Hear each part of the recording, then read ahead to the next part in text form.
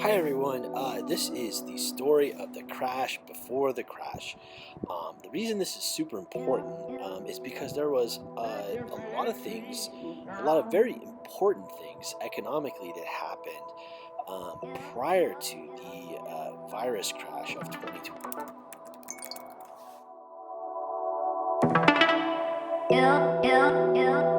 But you said sweet down.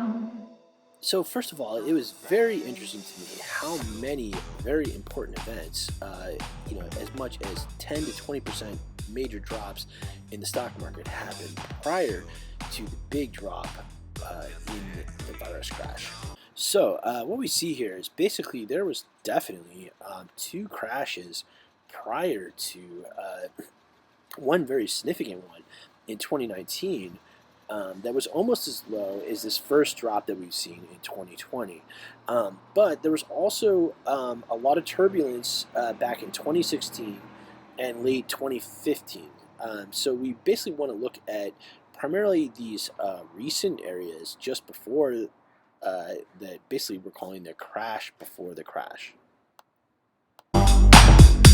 So right now we're essentially in the middle of a crash, and we, what's really interesting about this, if you look at this carefully, you can see that there was at least two, probably three, four, five, 6, 7 different small types of, fundamental collapses, sudden drops, and just, just problems prior to the virus crash that we saw basically in February, March of 2020. So what's interesting about this is that each and every single one of these points are very important and very interesting, and essentially they all kind of led up to the crash that we were kind of anticipating because the stock market values were just totally way high. So essentially what happened here is that in April, the market started to do a strange upward trend. So essentially what happened is that the stock market had one of the most significant drops in its history, and then kind of looked back into the past for where the value should be given the current problems and crisis. So there's a red line here where I kind of put searching for meaning, and the interesting thing is that it didn't quite drop initially to 2016, 2015 levels, but it's almost like it was looking for that. So what I wanted to do is kind of zoom in here on this particular instant in the stock market, right? So it is basically the 2016, late 2015 kind of turbulence in between one of the greatest changes in the S&P 500, and for that matter, 50 to 90% of all the stocks in the stock market. So basically everything went up for like a decade, and almost without question, except for this part in 2016. And then prior to the 2020 crash was an even bigger fluctuation. So essentially what I'm trying to say here is that there was a crash before the crash, right? So, and even before the crash was kind of this 2016 period. And I just want to zoom in here to show you exactly what was going on there. So what's really interesting here is it looks like almost nothing is going on here. On the bigger scheme of things, you can definitely see that these changes were very significant. It was like basically about a 20% change in the price of the stocks at this time, if you look on the graph on the right there. But it looks, like it went up and then went down and then went up again and so on. So, and there was even kind of a pre-down back even before 2015 in late 2014 if you look carefully. So there is some significant changes prior to that, back in halfway through 2011. But this was kind of two blips of down in the whole range of things. So that basically the first time started in about August and lasted through till about September or October, and then it went back up again. This is in 2015, and then basically it peaked around December of 2015, and then started dropping just after the new year, and then lasted for about 2-3 months, right? So 2 or 3 months of down is pretty hard, and that was only a short instance. So what we're going to do in a second here is put this in perspective to the crash before the crash. So what we're looking at here is kind of the values above 2008 levels, right? So this is the mid 2010 phase. So what's really interesting about this whole debate here is that this time period that we're seeing in 2020 right now is essentially almost nothing when you look at the exponential graph, right? So what we've seen in terms of drop is basically it's basically hasn't even dropped, right? So what this suggests is that the 2015 and 2016 levels, that initial blip, could be something very important, even though it seemed all the way back, for this has been, this is 5 years from when that happened. So, this suggests that the crashes before the crashes are extremely important to study. So here's the interesting thing. Prior to, about 2009, and 2013, basically what we see is that these two crashes were essentially 10 years apart, right? And they had similar peaks and similar lows. What that suggests is that the stock market was worth what it was 10 years in the past, right? And with these current questions, essentially what happened in 2016 was that the stock market was questioning, should it go back to essentially a decade in the past, right? And it decided to go up for, essentially another 5 years. So, it's hard to say, exactly where the future might be, but it's really interesting to see that, first of all, that we had these initial crashes. So what we see here is I added this green marker, and that was basically the 2016 slight 3-month downturn or 6-month downturn.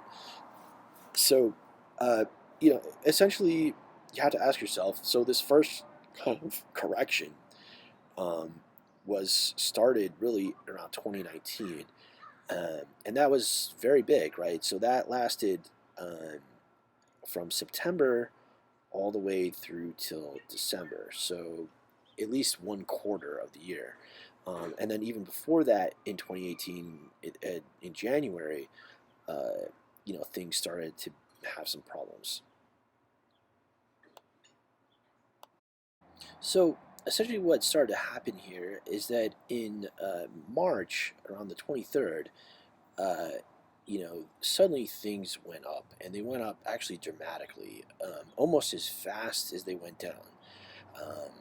And so that's kind of a really, really peculiar thing, right? So in all these other crashes, you can see there was sudden crashes, but it wasn't as deep and as significant as this crash that started around February 19th or something. So basically, there is some kind of like these signs of these like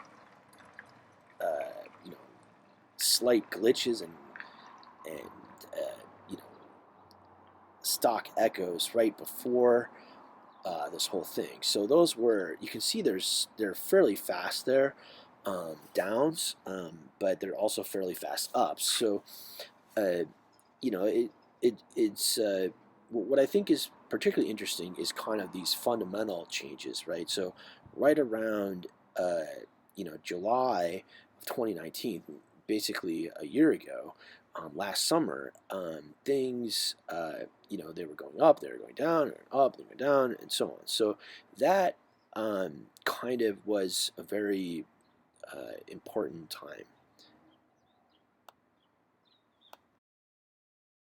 So this takes us to what we're going to call the crash before the crash. So this box, even though it does not include the very, very lowest points, it's essentially the time period that we saw a crash before this 2020 crash, right?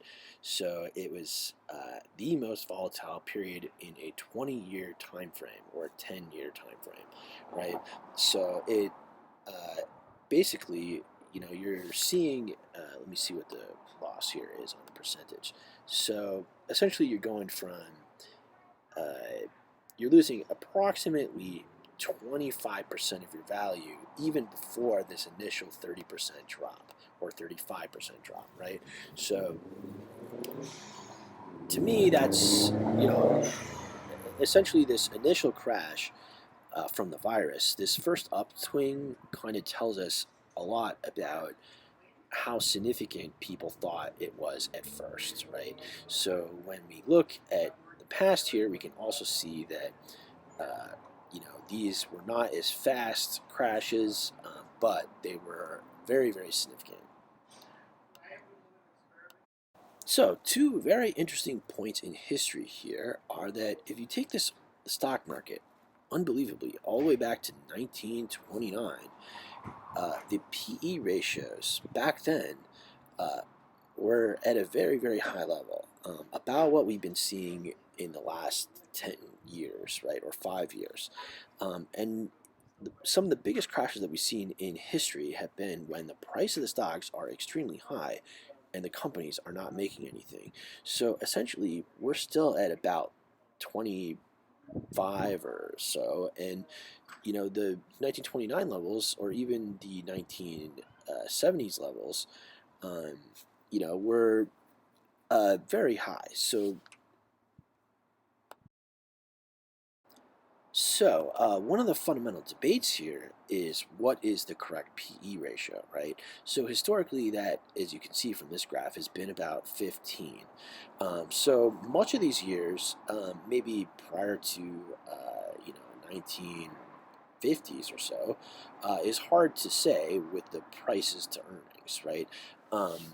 So what we do know is that there's kind of a debate between how computers potentially would analyze a correct PE ratio and how humans would, right? So humans have said about 15, but what if, you can see back in the 1980s, which essentially through the 1980s and 90s was when we started to use computers on the trading floor and also in general just to evaluate stocks.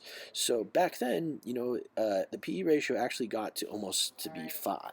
So if that's true, compared to where we're at today, like 25, that's a factor of 5. So, we don't know how far the drop is going to be. Clearly, you can see back in 2008 9, that crash ended at about 2009 or 10. You can see on this PE graph that got back to essentially historical PE levels. So essentially, we're about twice what the historical PE level price, how much the price of the stock is essentially twice the value. 30 times, actually 30 times the value of how much they're making. So historically, that's been about 15. And if there's an entire new revaluation of things, who knows where that really could be. So it's really hard to know what the future might be. And basically this first crash essentially has lasted for about 1 month, and we're almost seeing a recovery here. But we really don't. In terms of all the previous crashes, they have taken years and years. So that's not what we want.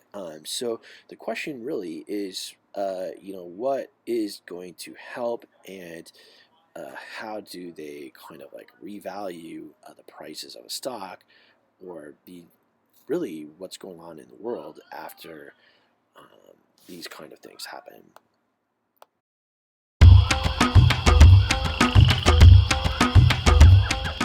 Anyway, I hope you've enjoyed the study, and let me know if you'd like to chat about any of these ideas. Thanks.